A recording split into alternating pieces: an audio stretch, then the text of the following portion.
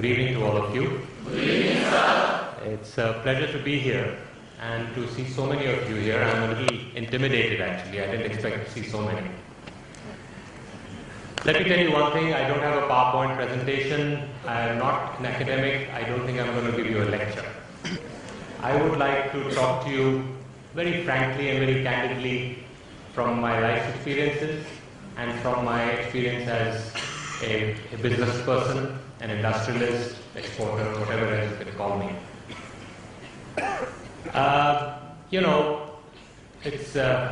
You are all here starting your life, so to speak, after your basic schooling. I'd just like to ask all of you a simple question. What is the aim of life? Can I have an answer? Anybody? What is the aim of life? To be happy, to be successful. Yep. Who was that? Yes. The aim of life is success. Basically, anything you do, you want to achieve success on it, isn't it? Whatever it is. So, we're all here, we're all aiming, or we're all trying to develop ourselves towards success in the things that we do. But before I give you that, I'd like to give you a little small joke actually.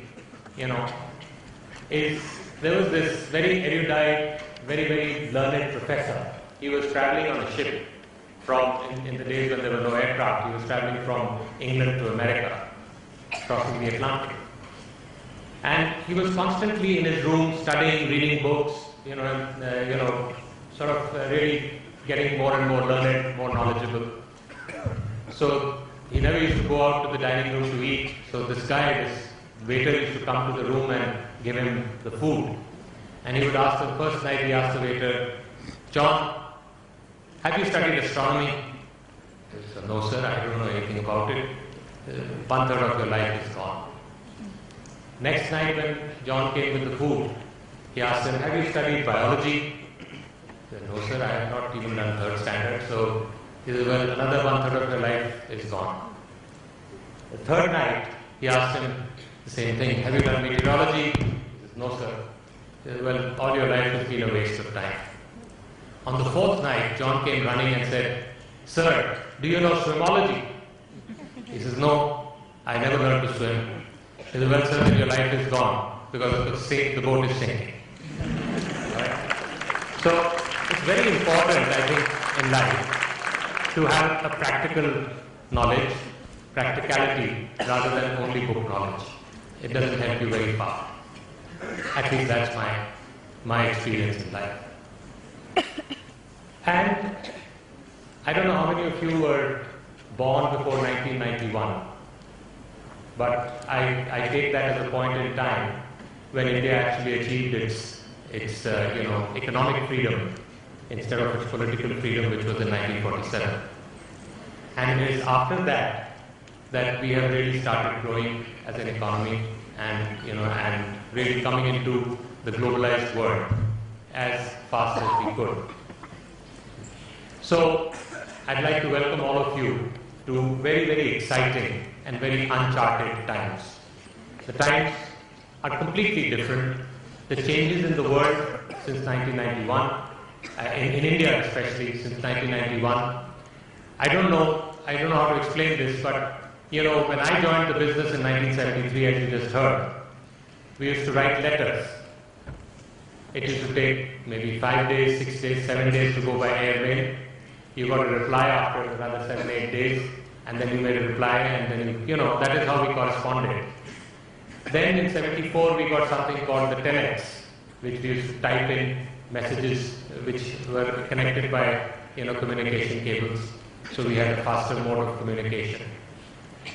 In order to get to go abroad for a business tour, I had to apply to the Reserve Bank of India 3 months before my tour for what was called a foreign exchange permit. The Reserve Bank of India would study everything. I had to give them all the details, where I was going, why I was going, who I was going to meet, what I expected to do, etc., etc., etc. And finally, after 3 months for my first trip abroad, I was given the grand sum of $50 per day, in order for 60-day tour abroad, I was given $3,000. My first stop when I left was in the city called Dubai, which didn't even have newspapers at that time, by the way. No TV, no newspapers. It cost me $3 for my taxi from the airport to the hotel. When I checked into the hotel cost me $65, which means I was already $18 above my budget. So if I ate something for lunch, where was I going to get it from? And I had to go and meet my clients, which needed again transportation. I didn't know where to buy that from. So you can imagine the kind of world we lived in. I don't think you can imagine, in fact, because all of you are born in the free world, the free India, which is a completely changed situation. You have the latest means of communication. Foreign exchange is free, people travel, they come and go, everything, you know. I mean, I'm talking of the time when if you needed to buy a car, you had to book it 12 years in advance and you got a new car. And a scooter, I think, used to take 14 years or 15 years, things like that. To get a telephone line, it used to take you 5 years. So those are the kind of times through, and which I don't think you youngsters have seen, and I hope you never see again. So that's why I said there have been many, many changes. In terms of the economy, in terms of industry, just to give you an example, one company, I won't name it had a license to produce, for example, 50,000 pieces of something per year. Using the same machinery, using the same equipment, using the same factory, using the same number of workers, it produced 55,000 pieces in a year, which means in any other economy, it would have been given a shabash that, you know, you've used your capacity and you've overused you've done better. In our country, that company was prosecuted because it had gone beyond its licensed capacity. Can you imagine that? That's the kind of world we live in. So that's why I said welcome to very, very uncharted and very, very exciting times. The other thing that has happened is something which has happened during your adolescence. 2007, 2008, there was an international financial crisis, kicked off by the collapse of a large company called Lehman Brothers, which actually changed the entire structure of the whole world economy. I mean, anybody who has anything to do with economic thinking or economic studies will realize, if you go a little deep into it, that there was a different economic world, pre-2008, and there's a completely different structured economy post-2008. And that is something that all of us have to come to grips with. And that is the world that you all are going to go out into when you get out of your colleges and finish your work and finish your studies and start working. The most important thing is that the world will never be the same again. And the other thing that we all have to, or you all have to actually tackle, is the fact that we are in a world which is changing rapidly. I mean, change has always been the basic sort of theme of anything. We've never remained constant. But the rate at which we are changing, if you look at it, it's unbelievable. At least for people like us who have actually seen things change very slowly, the way things are changing is unbelievable. They're changing very rapidly. And all of us, and especially all of you who are coming into the world at this time, have to be able to adapt and this rapid rate of change, very, very, skillfully if you're going to succeed in life. The adaptable and the nimble, those who can retrain themselves, those who can understand and take advantage of opportunities which will last for a very short time, and those who are nimble, who are quick, will succeed. And those who are unable to adapt quickly, I think will be left behind. So that is something that I want to warn all of you. They're exciting times, great things are happening. And just to give you a thing that probably you yourself can, relate with. I mean, just look at the mobile phone, which is only hardly 15, 20 years old in this country. When it started, it was just a rotary mobile phone. 5 years ago, you had mobile phones with SMSs. Today, you can do almost everything on a smartphone that you could do with a computer. So look at how fast things have changed. For almost 60, 70 years, you had that round dialing telephone. I don't know if you've ever even seen that. But so from that, how fast things are changing. I'm just giving you an example, something that you can see. But the same rate of change, the same rapid rate of change is happening in every aspect of our economy, in every aspect of our lives. And unless we are able to adapt to that, and unless we are able to get ourselves ready to do that and retrain ourselves every few years, we are not going to succeed. So, how do we do that? What do we need to do for that? I don't know about you. I don't know what you guys think education is all about. But as far as I can see, or as far as I've been able to understand, education really is a disciplining of the mind.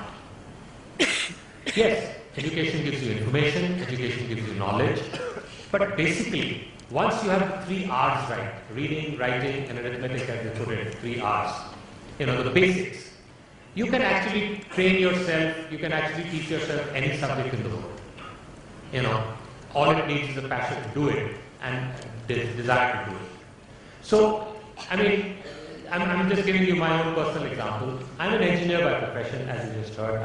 I did my academics in mechanical engineering.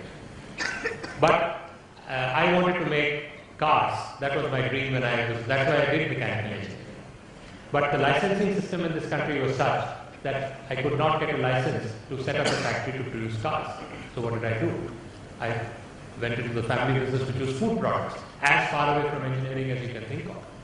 But I don't think that my engineering knowledge or my engineering education was wasted, because engineering taught me a system of thinking, a system of logical thinking, and I could apply those basic principles in my life, whether I was selling, whether I was producing, whatever I was doing in any part of the world, in any kind of business. So basically, education is a disciplining of the mind. And that is why all of you, while you're doing your education, don't try to be parrots, don't try to be mugpots, try to learn how to think, how to reason, how to logic, and to be able to solve problems. Basic purpose of education is to equip you for life. And that is what you should not forget when you're in college. That information is all right, but today the biggest information you've got is Google, you've got internet, you've got everything. So it's not so much how much information you have, which used to be the case, but it is how you can use that information, how you can put that information and apply it in a manner to benefit you, your company, your industry, your society, your country. I don't know. So there is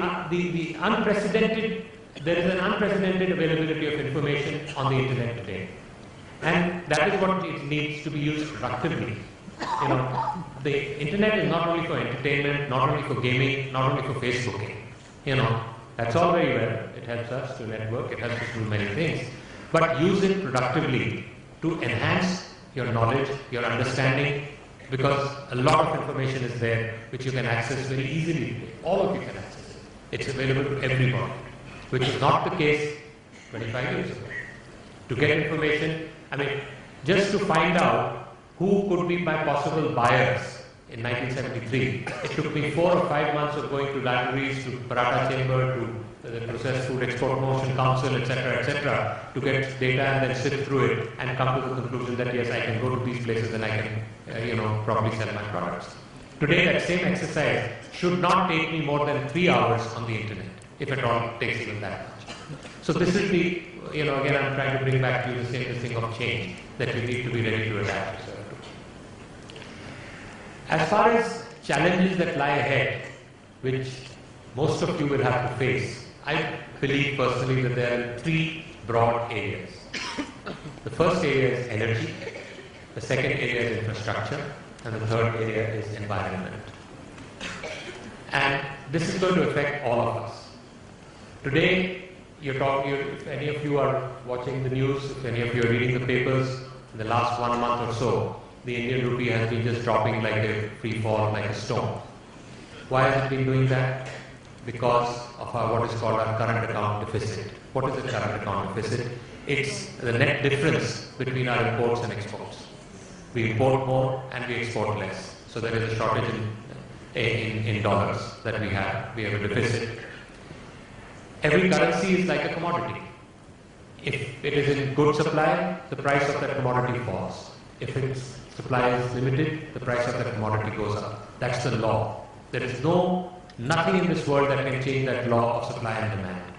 So when there are plenty of dollars and not enough buyers of dollars, the dollar price falls. When there are too few dollars and too many buyers of dollars, the price goes up. That's what's happening.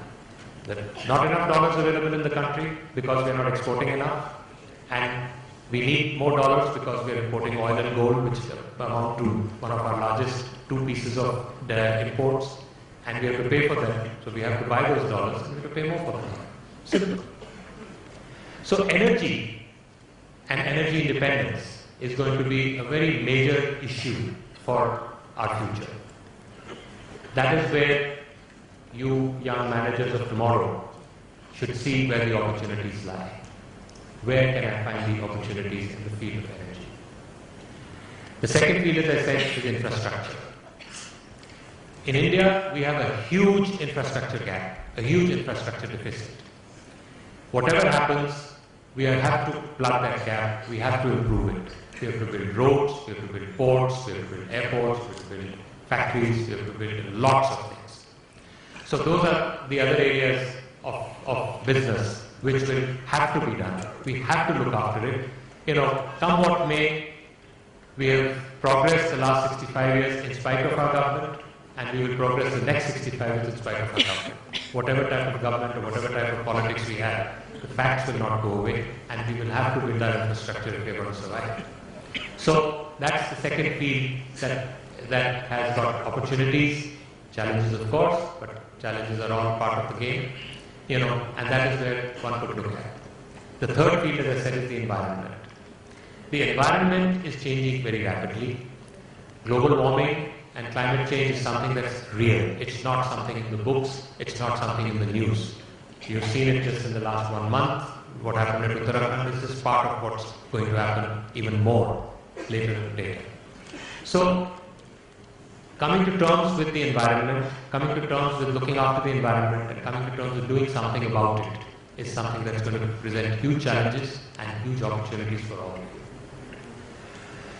Just to give you an example, this is something that I keep on talking about at many forums.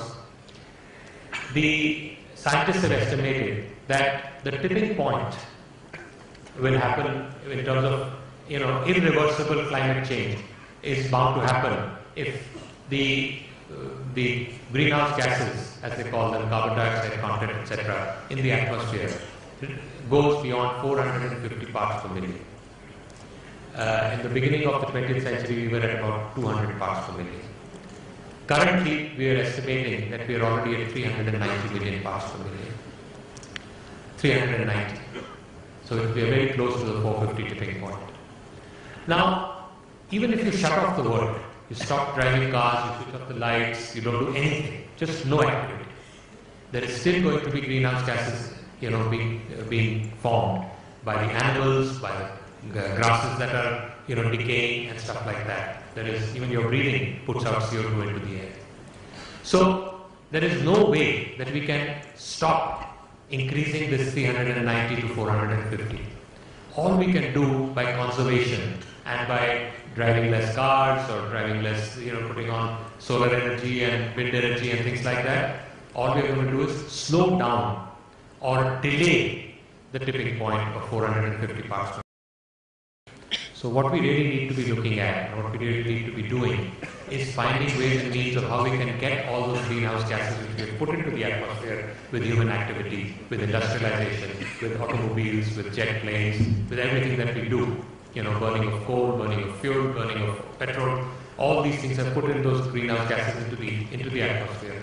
We have to find some way of sequestering these and getting them out of it, so that we can continue living our lives the way we are used to living. We can continue with lights, we can continue with cars, we can continue with our day-to-day living, and yet not destroy the environment and thereby not destroy ourselves.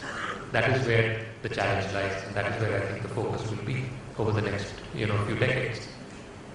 So that's where I would suggest that all of you look at these issues, these big macro pictures, to see where you can find your niche and where you can contribute, and thereby contributing get a return for yourselves. The other thing that I, often wonder is why is it that our people, especially in our country, and I'm being very frank and candid about it, why don't we have a pride in what we do? Why don't we take pride in what we are? Everything is chalta hai. We are all willing to just do as much as enough to get over the nearest problem. When we take a job, it's a job. It's something to get a salary, it's something to make money, it's something to have a good time.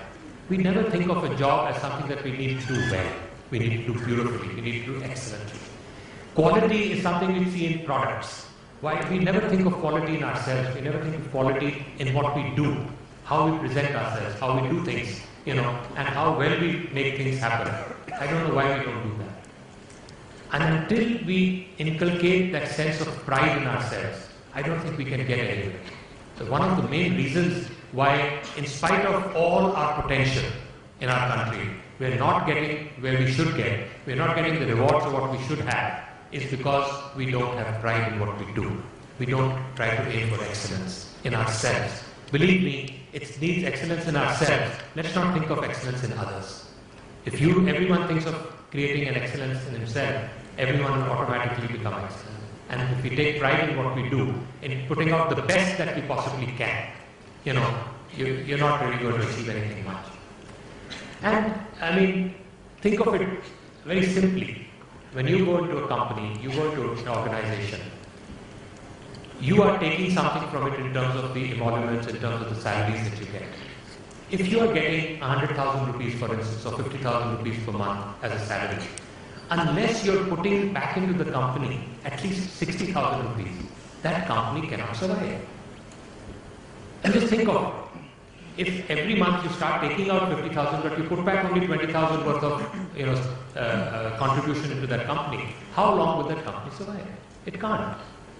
So, unless you have that mindset that what am I giving back to the company? What am I doing? How am I contributing into that pool so that it can give me more? It's not going to happen.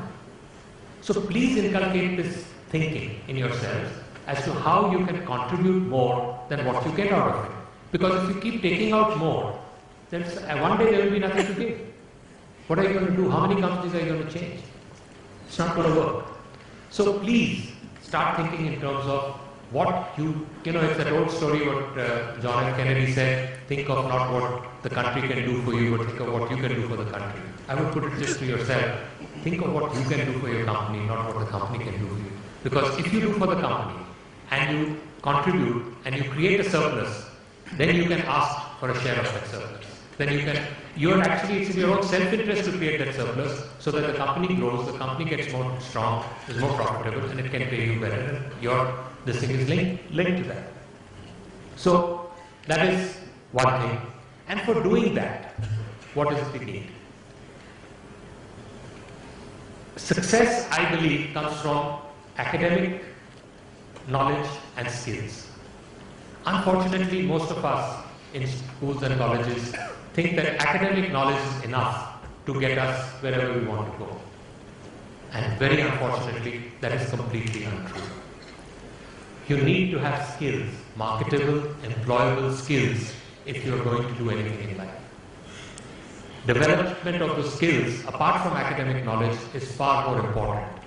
And unfortunately, our system, our whole system, I would say, does not, nurture the skill absorption mindset. We all want to do book knowledge, we want to do this thing, sit on a desk and do a desk job. None of us want to get our hands dirty. You're all doing MBAs because you want to sit in a desk and tell people what to do, not because, So what I mean is, and companies like McKinsey, various other consultancies, large companies have made it this thing that in this country, only 25% of the graduates or postgraduates who come out of institutions are employable. That means 3 out of 4 people who graduate out of colleges like yours are not employable. They do not have skills that are employable. They have to be trained in the companies that they join in order to become employable. Now you tell me, who is going to get ahead in life? Person who has a skill or a person who doesn't have a skill? Person who has only academic knowledge or a person who has academic knowledge and a skill, or a person who has only a skill? I would put it that a person with knowledge and skill will be number one, person with skill will be number two, person with only knowledge will be number three. So if you guys want to get ahead in life, you want to succeed, and I thought that's the reason I started by asking what is the aim of life, is to succeed, then I suggest that you use your time very usefully while you're studying, while you're acquiring academic knowledge, to also acquire skills. Use your free time, use your vacation time, anything. Acquire skills, soft skills, language skills, technical skills, technological skills, something more than just book knowledge. Learn swimology, for God's sake, apart from meteorology and biology. So if you want, and don't shirk it, seek it. Look for it. See how you can improve your skills during the time that you're in college. Yeah, we all want to have fun, and I'm sure that you all have fun, and I'm not saying that you shouldn't. But spend your time seeking skills, what you like. Today's world is such that there is such a vast array of jobs today, which didn't exist even a few years ago. That any skill that you acquire will become an employable skill. And you don't have to necessarily have those skills, only the bookish knowledge that you got. Add to that whatever you can, and that will give you, an employability far beyond just the knowledge that you acquire by reading your books and doing things in college, which you're supposed to do. Use your extracurricular time to acquire skills which can make you employable. And skills can be, as I said, language skills, soft skills, anything, technological skills, anything that you enjoy doing, convert that into a skill and see how you can market it, see how you can usefully get, employed. And the best part is that if you create skills which you enjoy and get a job which you enjoy, then, you're not doing a job. You're really, and then that's when you'll have pride in it, that's when you'll do a better job, that's when you'll achieve excellence, and that's when you'll achieve success. So, that's very important according to me, and I would really, really recommend to all of you that during the 2 years that you're here, spend some time thinking, what are the skills I can acquire, how can I do that, and go out and seek it. Don't necessarily wait for something to come to you. Go out and seek it. Don't shirk it, for God's sake.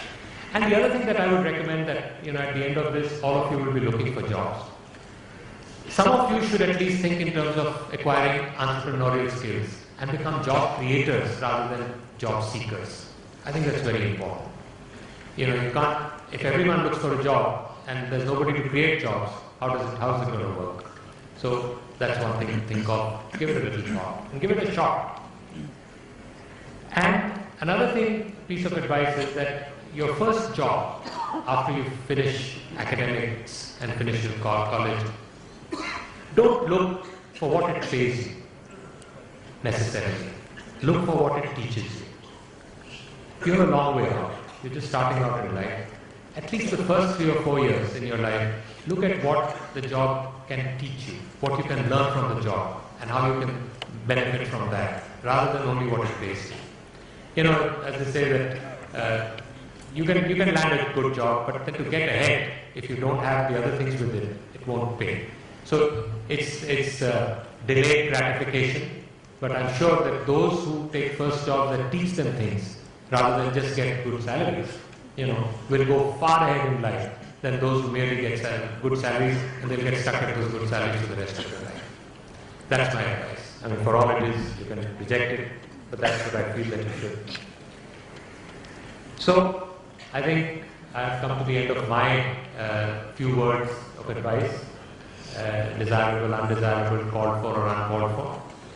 But the last piece of this thing is that, remember, all of us create our own destiny. If we think we can, we can. So think you can, and I'm sure you can do what you want to set out to do. These are exciting times. You have large number of resources, lots of things available and going for you. Use those things to get ahead and to succeed and to create the life that you want to live. And most of all, guys, don't think of anything as a destination. I was driving here with one of your colleagues, and I asked her that. She said, for my final destination. So if we keep looking only for the destination, we don't enjoy the journey. And at the end of the day, it's the journey that's important, because that's what we're doing all the time. Enjoy the journey to get to the destination. After all, the longest journey is made up of small steps. So what I want to achieve eventually is a system of, made up of the small things that I achieve today, and then I achieve tomorrow, and then I achieve the day after. So let's enjoy every day and make the best of it, make the best use of it in the same journey, and enjoy the journey while we're doing it, so that when we reach the destination, it's beautiful. I wish you all a lot of success. I'm sure you guys will do very well, and I hope that you will think of a couple of things that I've said. At least one of those words should hit home, and it will help you to do better in life. That would be great reward for me. Thank you very much, and have a great 2 years.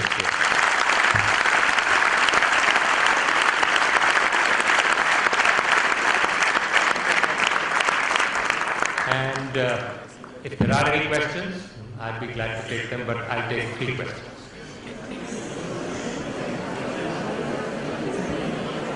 Okay.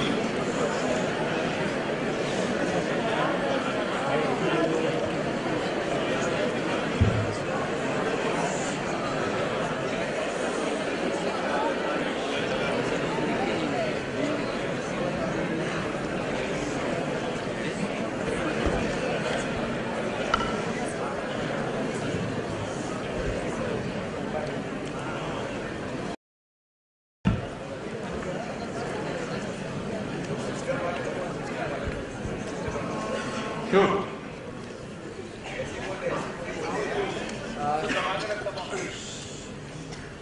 Good evening, sir. My name is Pratik Tiwari. I am from BIMM.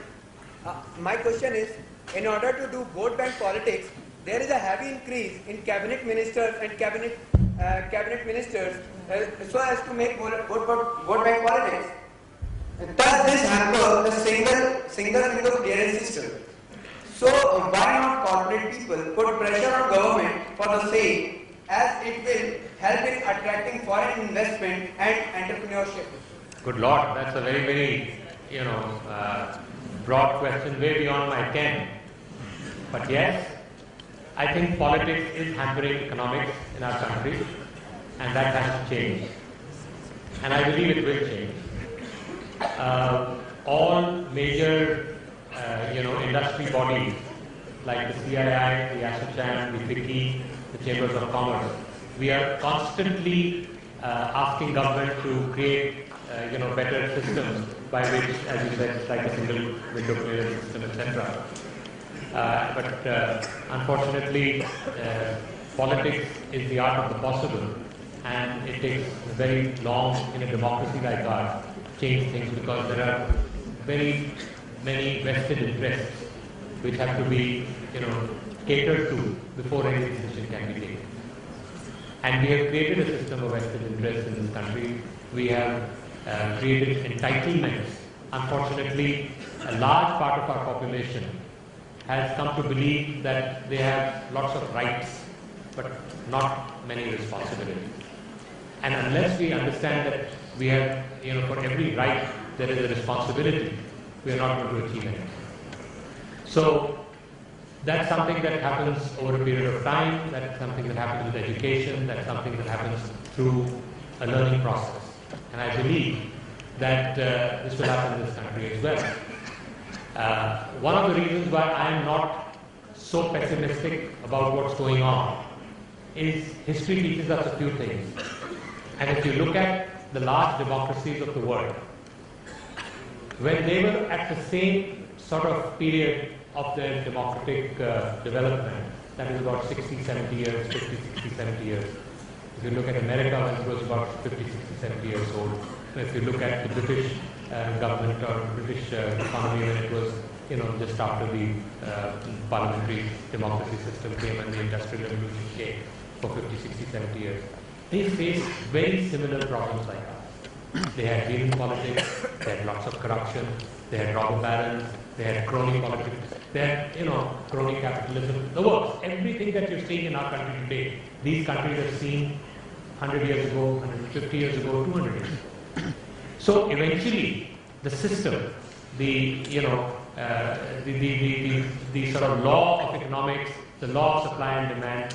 And as people get educated, as people demand more accountability and the same, things start changing. They take time, but they do change.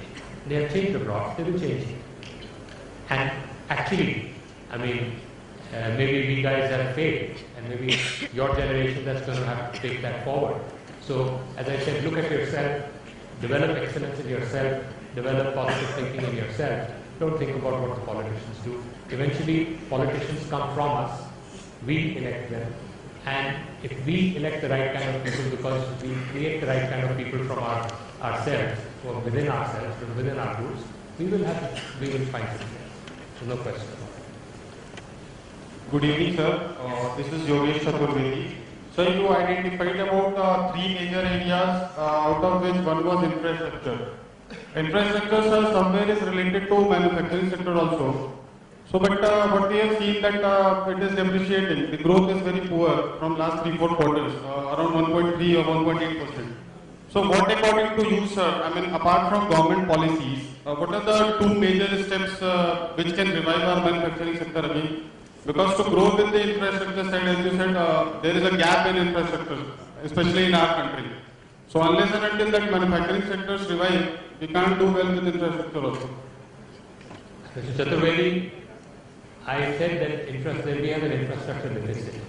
In fact, world over, if you look at, I mean, we all talk about China's development.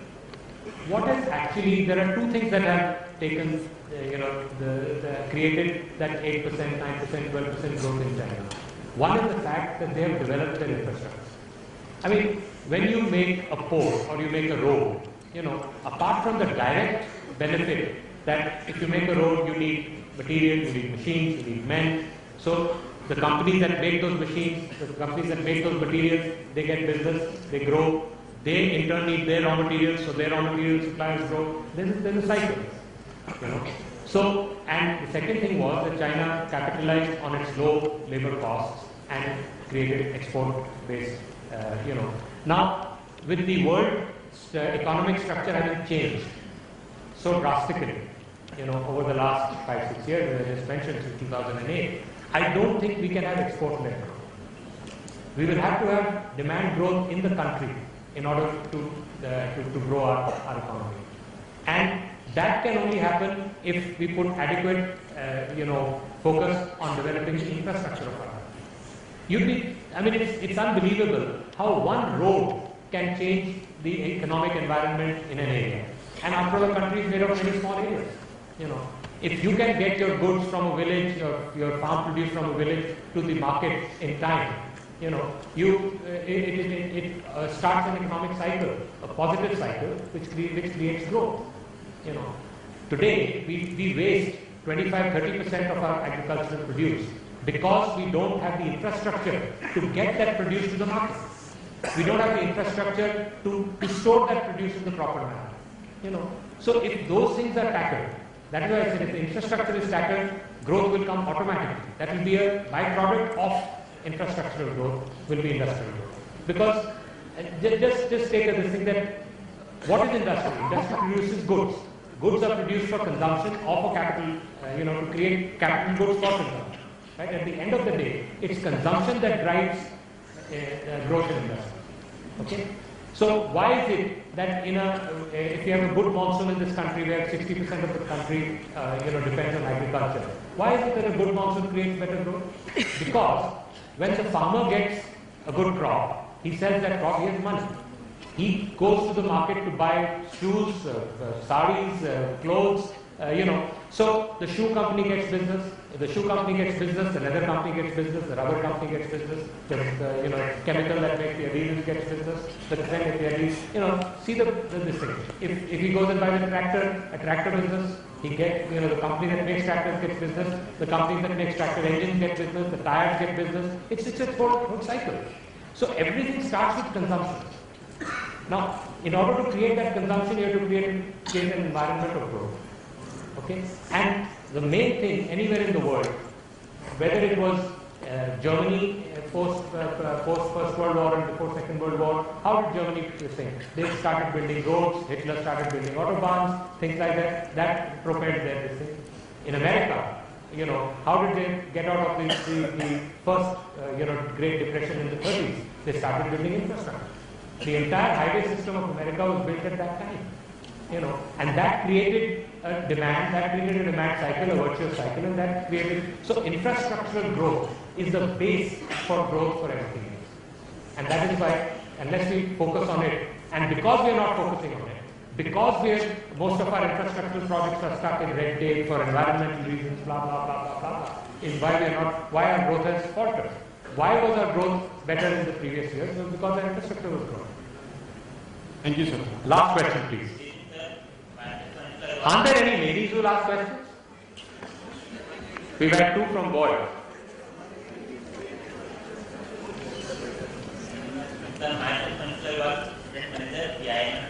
Where are you? Okay. Sir, I have a personal question. I want to become an entrepreneur, but I have a couple of ideas. But I don't know from where should I start and how should I work on that. So could you please comment on so that I can achieve my goals? A very difficult question to answer just like that. But let me tell you this thing. One guy once put an ad, a small classified ad in the newspaper, saying, send me $10 and I'll give you 6 words that make you a millionaire. So he got lots of $10, people sent him, and he sent back a simple statement which said, find a need and fill it. Okay? So that is what you really need to do. Find a need and start filling it. And that's the basis of all entrepreneurialism. Any good company, any good this thing, finds a need in the people and fills that need with a product or a service, and that takes you, to. So that's a very broad answer. But unless there are more details, what kind of business you want, what kind of studies you've done in it, why you think that would be a success, a business case can be made or a business plan can be made, I can't give you a direct answer. Okay? Thank you. Okay, gentlemen and ladies, thank you very much. It's been lovely talking to you. I hope that you also enjoyed yourself. Have a great evening and a great 2 years over here. All the best. Thank you, sir, for your inspiring words and enlighten us about the things that we have to improve in this rapidly changing world. Aim of life is success, which comes from skills and knowledge. So learn to learn and believe in yourself. Now, may I request Professor Suresh Chandrapati, Director Academics, to present our guest with a token of remembrance.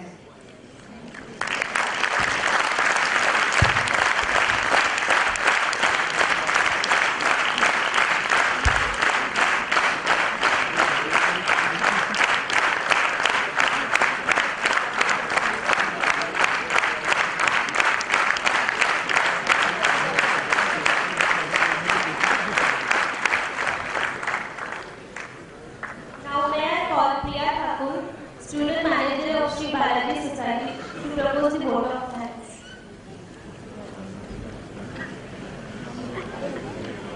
Good evening, everyone.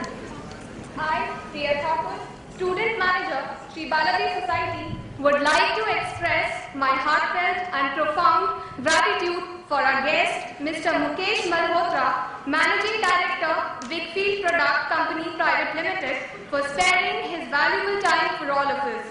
We learned that aim of the life is success, and those who are quick in taking the advantage of the opportunities in the rapidly changing world will succeed. We also learned that how important it is to acquire skills along with knowledge in order to become employable. Thank you, sir, for giving us new insights. We are looking forward to more enriching interactions with you in future. Thank you once again, sir. With this, we come to the end of the session.